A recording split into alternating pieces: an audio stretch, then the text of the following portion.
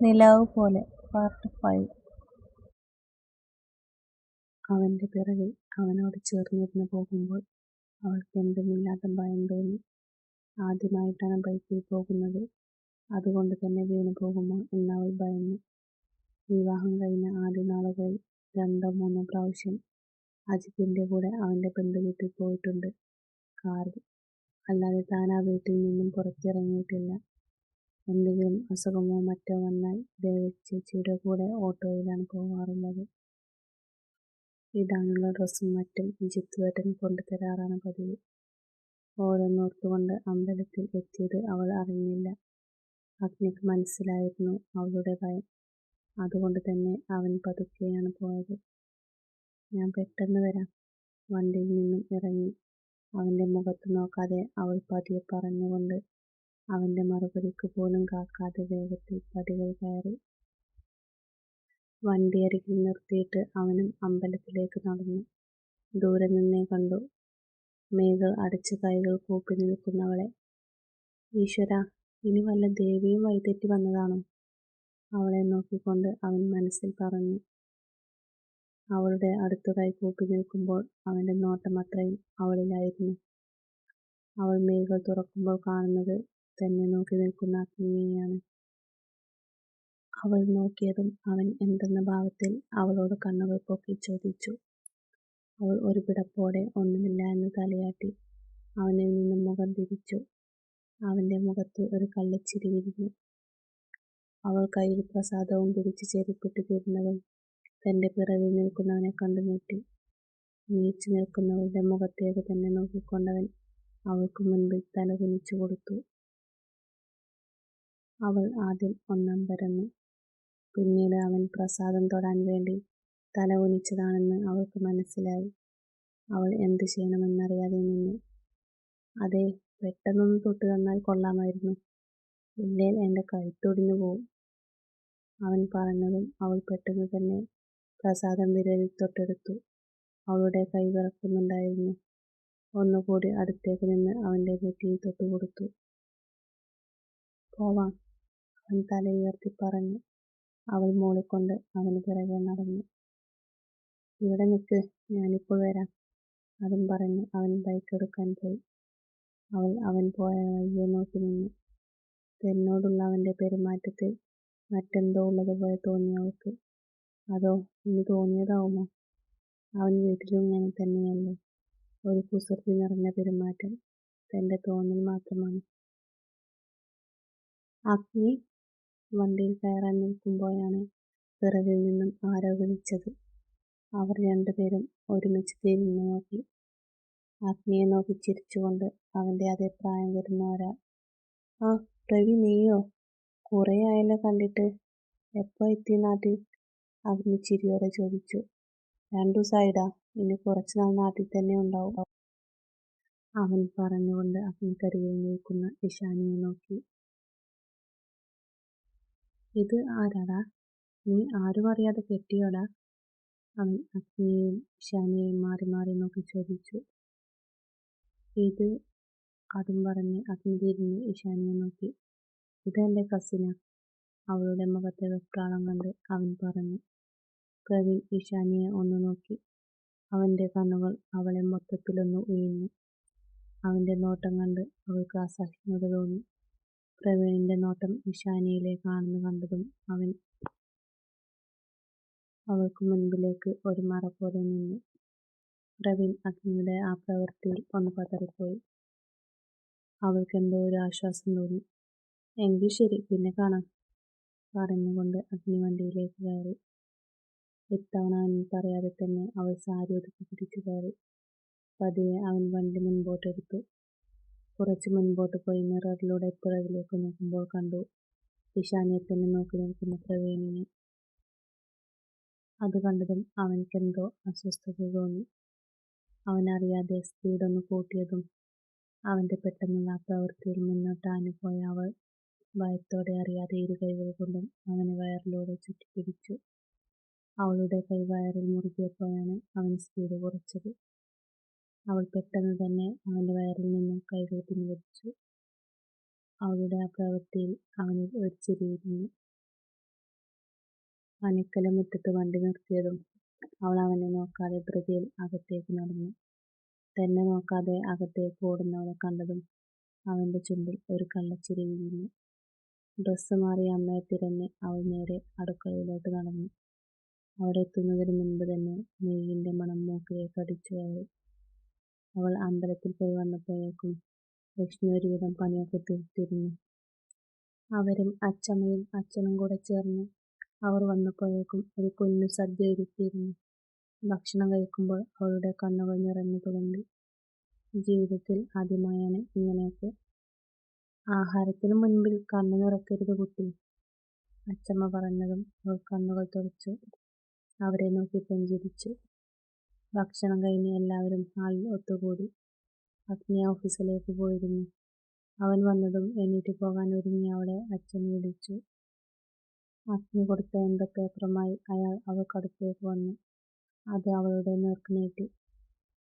ഇനി മുതൽ ഈ കളിയൊക്കെ നിർത്തി പഠിച്ചോണം.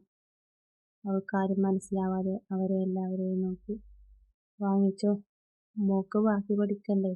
ഡിഗ്രിയുടെ അഡ്മിഷനാണ്, ഡിസ്റ്റൻസാണ്, അവൾക്കടുത്തേക്ക് വന്നുകൊണ്ട് ലക്ഷ്മി പറഞ്ഞു. അവൾ അവരെ കെട്ടിപ്പിടിച്ച് ചുമലിലേക്ക് മുഖം പൂഴ്ത്തി. ബാറിൽ നിന്നും ഒരു കുക്കിയും വാങ്ങി അജിത്ത് കാറിലേക്ക് കയറി. വീട്ടിലേക്ക് പോകുന്നത് ആലോചിച്ചപ്പോൾ അവന്റെ മുഖത്ത് വെറുപ്പ് നിറഞ്ഞു. ദേവകി ചേച്ചിയും കൂടി പണിക്ക് വരവ് നിന്നതോടെ വീട്ടിൽ സാവിത്രിയും വർഷയും തമ്മിൽ എപ്പോഴും വഴക്കാണ്. അധിക ദിവസവും പുറത്തു നിന്നാണ് ഭക്ഷണം, ഇല്ലെങ്കിൽ പട്ടിണി. ഇഷാനി ഉണ്ടായിരുന്നപ്പോൾ തന്റെ ജീവിതത്തിൽ ഒരു പ്രശ്നവും ഉണ്ടായിരുന്നില്ല. എവിടെയും പോവാം, എന്തും ചെയ്യാം. എന്തിന്? ഇഷാനി ഉണ്ടാവുമ്പോൾ വർഷയെ കൂടാതെ വേറെ എത്ര സ്ത്രീകളുടെ കൂടെ താൻ ഉറങ്ങിയിട്ടുണ്ട്. വർഷ വന്നതിന് ശേഷം മറ്റൊരു പെണ്ണിനോട് മിണ്ടാൻ കൂടെ സമ്മതിക്കില്ല. എന്തു ചെയ്താലും അവൾ കണ്ടുപിടിക്കും. പിന്നെ അതും പറഞ്ഞാവും വഴക്ക്. അവൻ ആലോചിച്ചിട്ട് തല പൊളിയുന്നത് പോലെ തോന്നി. അവൻ ഇഷാനിയെ കാണാൻ തോന്നി. അവൾ പോയിട്ട് 6 മാസം കഴിഞ്ഞു. എവിടെയാണെന്നറിയില്ല. ആരും അറിയാതെ ഒരുപാട് അന്വേഷിച്ചു. പിന്നെ അവളുടെ വീട്ടുകാർക്കും അവളൊരു ബാധ്യത ആയതുകൊണ്ട് അന്വേഷിച്ചു വരില്ല. ഓണമായതുകൊണ്ട് എല്ലാവർക്കുമുള്ള ഡ്രസ്സ് എടുക്കേണ്ട ഡ്യൂട്ടി ഇഷാനിക്കാണ്. അഗ്നിയുടെ കൂടെ പോയാണ് ഒരുക്കുന്നത്. ഇപ്പോൾ ഇതൊക്കെ അവന്റെ കൂടെ പോകുന്നത് കൊണ്ട് തന്നെ അവൾക്ക് മടിയൊന്നുമില്ല. മുറ്റത്ത് അവന്റെ കാർ വന്നു നിന്നതും അവരോട് യാത്ര പറഞ്ഞ് അവൾ കാറിൽ കയറി. വലിയൊരു മാളിലേക്കാണ് അവർ പോയത്. ഇടയ്ക്കൊക്കെ അമ്മയുടെയും അച്ഛൻ്റെയും കൂടെ വരാറുണ്ട് അവളിവിടെ. നല്ല തിരക്കാണ്. കാർ പാർക്ക് ചെയ്ത് അവൻ അവൾക്കടുത്തേക്ക് വന്നു. അകത്തേക്ക് കയറുമ്പോൾ അവൻ അവളുടെ കയ്യിൽ കോർത്തു പിടിച്ചു. അവളൊന്ന് അമ്പരന്ന് അവനെ നോക്കി. എന്നാൽ അവൻ അതൊന്നും ശ്രദ്ധിക്കാതെ അവളെയും കൊണ്ട് ലിഫ്റ്റിൽ കയറി. മുകളിലെ നിലയിലാണ് അവർക്കുള്ളത്. അച്ചമ്മക്കും അമ്മക്കും ഉള്ളത് അവൾ ആദ്യം തന്നെ എടുത്തു. അവൾക്കും സാരിയാണ് അവൾ നോക്കിയത്. ലക്ഷ്മിയമ്മ ഉണ്ടേൽ അവൾക്കൊരുക്കുന്നത്. ഇല്ലെങ്കിൽ അവിടെ വെച്ച് ഏറ്റവും വില കുറഞ്ഞതെടുക്കും. പതിവ് പോലെ ഓരോന്നിൻ്റെയും വില നോക്കിക്കൊണ്ടിരുന്ന അവളുടെ മുൻപിലേക്ക് ഗോൾഡൻ കളർ ധാവണിയും ക്രീം കളർ ബ്ലൗസും പാവാടയും ഉള്ള ഭംഗിയുള്ളൊരു ധാവണി അഗ്നി അവൾക്ക് മുന്നോട്ട് വെച്ചു. അവൾ അവനെ നോക്കിയതും അവൻ അതെടുക്കാൻ കണ്ണുകൊണ്ട് കാണിച്ചു. എന്നിട്ടും മടിച്ചു നിൽക്കുന്ന അവളെ നോക്കി അവൻ അതെടുത്ത് ബിൽ ചെയ്യാൻ കൊടുത്തു. അവളെ അവിടെ ഇരുത്തി അവൻ മെൻസ് സെക്ഷനിലേക്ക് നടന്നു. അവൻ ബിൽ പേ ചെയ്തു വരുന്നത് വരെ അവൾ താഴെ ഇരുന്നു. വർഷയുടെ ബർത്ത്ഡേ ആയതുകൊണ്ട് അവൾക്കുള്ള ഡ്രസ്സും എടുത്ത് ഷോപ്പിൽ നിന്നും ഇറങ്ങിയതാണ് അജിത്ത്. അല്ലെങ്കിൽ അത് മതി കുറച്ച് ദിവസത്തേക്ക് സമാധാനം കളയാൻ. മുകളിൽ നിന്നും എസ്കലേറ്ററിൽ ഇറങ്ങുമ്പോൾ ഓരോ പെണ്ണിലേക്കും അവന്റെ കണ്ണുകൾ പാഞ്ഞു. താഴെ ഇറങ്ങി മെയിൻ ഡോറിന് നേരെ നടക്കുമ്പോഴാണ് ഒരു മിന്നായം പോലെ അവൻ ഇഷാനിയെ കണ്ടത്. അവൻ ഒരു ഞെട്ടലോടെ അവളെ കണ്ട് ഇടത്തേക്ക് നോക്കി. അതെ, അവൾ തന്നെ. അവന്റെ കണ്ണുകൾ തിളങ്ങി. മുഖത്തൊരു ചിരി വിരിഞ്ഞു. അവൻ അവളെ ആപാദചൂടൻ നോക്കി. മെറൂൺ കളർ ചുരിദാറിൽ അതിസുന്ദരിയായി അവൾ.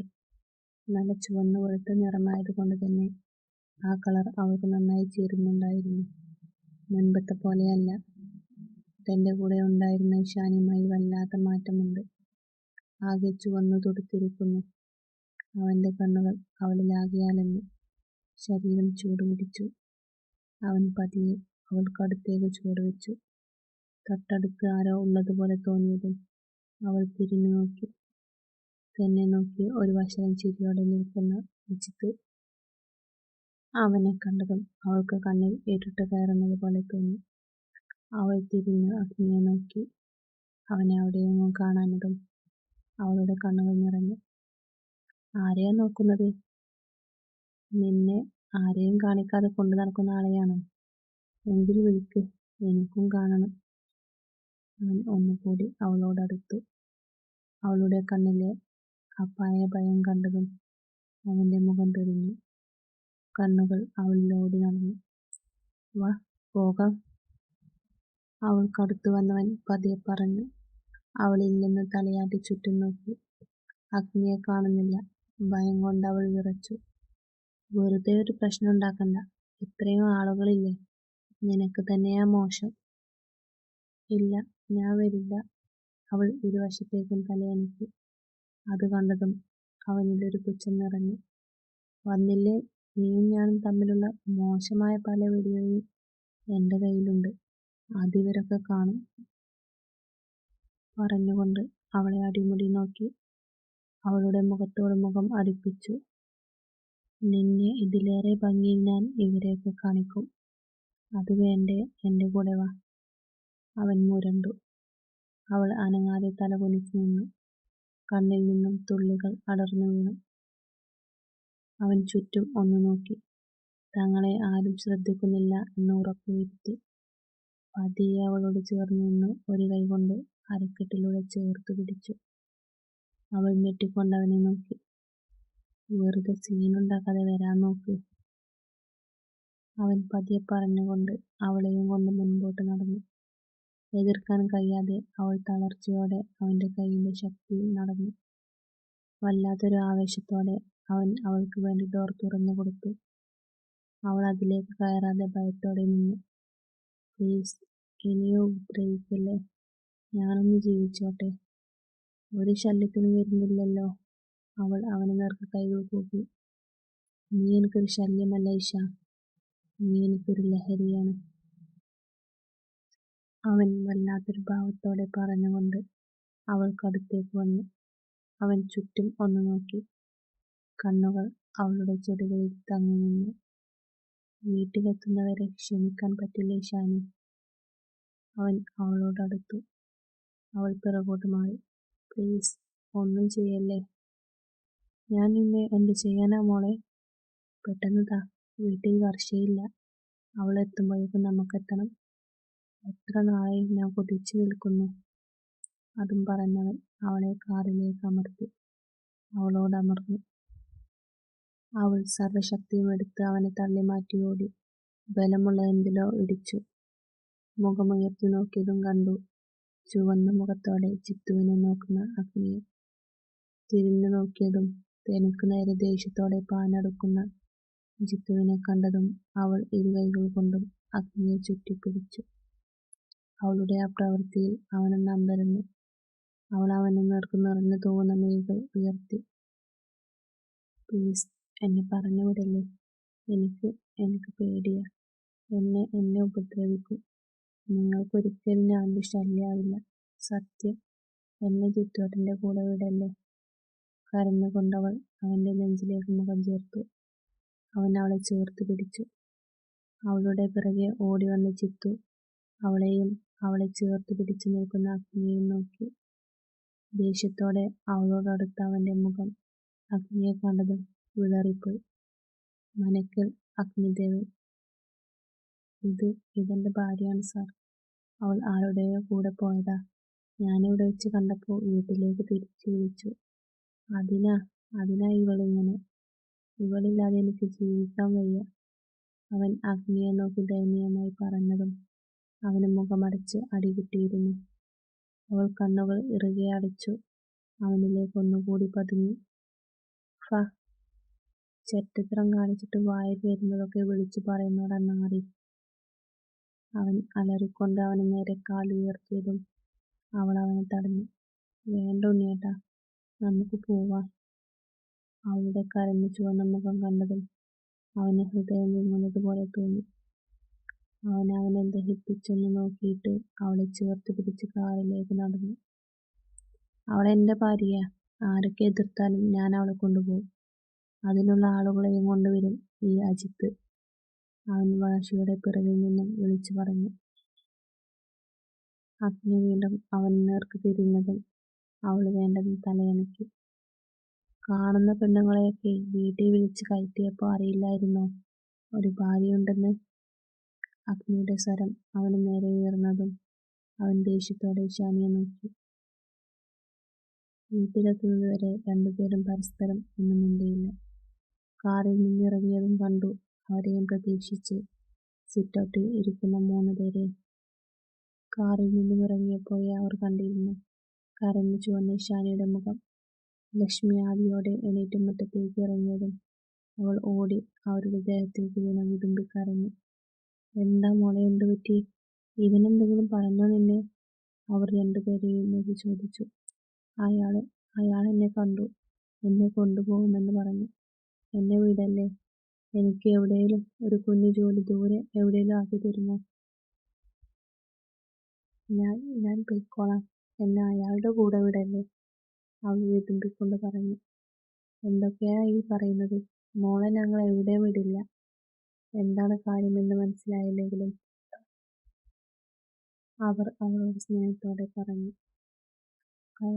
അയാൾ അച്ഛനെ കൊണ്ടുവരും, അച്ഛൻ എന്നെ അയാളുടെ കൂടെ വിടും. അവൾ വീണ്ടും ഓരോന്ന് പറഞ്ഞ് കരഞ്ഞുകൊണ്ടിരുന്നു. മോൾ വന്നേ, കുറച്ചു നേരം കിടക്ക്, എന്നിട്ട് സംസാരിക്കാം. ഇതെല്ലാം ഗൗരവത്തോടെ നോക്കി നിൽക്കുന്ന അഗ്നിയെ നോക്കി അവർ പറഞ്ഞു. ഇനി അവൾ പറഞ്ഞതുപോലെ അവനെങ്ങാനും അവളുടെ അച്ഛനെയും കൂട്ടിയിരുന്നോ? അച്ഛൻ സംശയത്തോടെ അഗ്നിയെ നോക്കി. അവൻ മറുപടിയൊന്നും പറയാതെ തലയും കുനിച്ചിരുന്നു. അവളുടെ അച്ഛൻ വന്ന് വിളിക്കുമ്പോൾ നമ്മളെങ്ങനെ അവളെ എവിടെ നിർത്തും? അതിനുള്ള ബന്ധമൊന്നും നമുക്ക് അവളോടില്ലല്ലോ, ലക്ഷ്മി നിസ്സഹായതയോടെ പറഞ്ഞു. അഗ്നി എണീറ്റ് അച്ഛമ്മയുടെ അരികിൽ വന്നിരുന്നു. എനിക്ക് നിങ്ങളോടൊരു കാര്യം പറയാനുണ്ട്. അവൻ അവരെ 3 പേരെയും നോക്കി. അവൻ എന്താണ് പറയുന്നത് എന്നറിയാൻ അവരവനെ നോക്കി. അവളെ എനിക്കിഷ്ടമാണ്.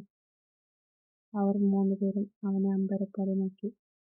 എന്ന് കരുതി നിങ്ങളുടെ സമ്മതത്തോടെ അല്ലാതെ ഞാനിത് അവളോട് പറയില്ല. മുൻപ് അനുഭവിച്ചതൊന്നും ഇനി അവളുടെ ജീവിതത്തിൽ ഉണ്ടാവരുത്. പിന്നെ നിങ്ങൾ അവളെ സ്വീകരിച്ചാലും ഇല്ലെങ്കിലും അവളെ കൊണ്ടുപോകാൻ ഈ മനസ്സിലേക്ക് ആരും വരില്ല. മുൻപത്തെ പോലെ തന്നെ അവളിവിടെ ഉണ്ടാവും. അതും പറഞ്ഞവൻ അകത്തേക്ക് നടന്നു. അവർ അവൻ പോയ വഴിയെ നോക്കി നിന്നു. അവരുടെയൊക്കെ മുഖത്തൊരു കുഞ്ഞു പുഞ്ചിരി വിരിഞ്ഞു. ബാൽക്കണിയിൽ ഇരു കൈകളും കുത്തി മുൻപോട്ട് നോക്കിയിരുന്ന അവനോട് ചേർന്ന് ലക്ഷ്മി നിന്നു. ഒന്നും മിണ്ടാതെ പൊന്നോട് ചേർന്ന് നിൽക്കുന്ന അവരെ അവൻ ചേർത്ത് പിടിച്ചു. എന്താണ് എന്റെ ലക്ഷ്മിക്കുട്ടിയെ, ഒരാലോചന? അമ്മയ്ക്ക് പൂർണ്ണ സമ്മതം ഉണ്ടെങ്കിൽ മതി അമ്മേ,